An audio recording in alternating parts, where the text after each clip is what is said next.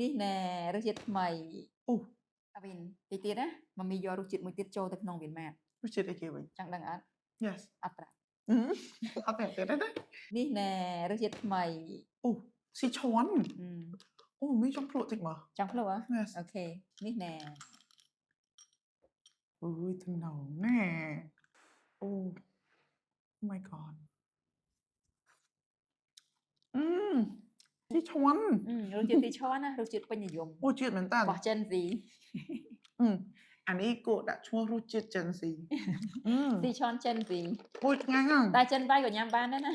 Gen Y ញ៉ាំបានដែររសជាតិនេះរសជាតិដូចនិយាយថាស៊ីឈាន់ហត់ថន់តែវាអត់ហាងពេកហ្នឹងมันល្មមឆ្ងាញ់ហ្មងណា កាប៉ិតនៅកន្លែងម៉ាមីមានច្រើនរសជាតិណាទឹកស្អ៊ីវទឹកត្រីបុកទឹកជ្រលក់ហើយនិងស៊ីឈរប៉ុន្តែឥឡូវនាំយកត្រឹមតែពីររសជាតិហើយនឹងបន្ថែមរសជាតិមួយទៀតគឺទីឈរ ម៉ាមីអានេះញ៉ាំមួយបាយឆ្ងាញ់ណា អូញ៉ាំបាយឆ្ងាញ់ណាស់ដោយសាររសជាតិស៊ីឈរមែនប៉ុន្តែកាត់ថ្មរៀងច្រើនណាស់ យ៉ាវាអត់ហាងខ្លាំង អត់កាត់ចិនច្រើនទេ សម្រាប់អ្នកដែលគាត់ត្រូវការចង់ញ៉ាំផលិតផលទាំងអស់នេះរបស់ Mami Seafood មាននៅក្នុង Vinmart 24 ម៉ោង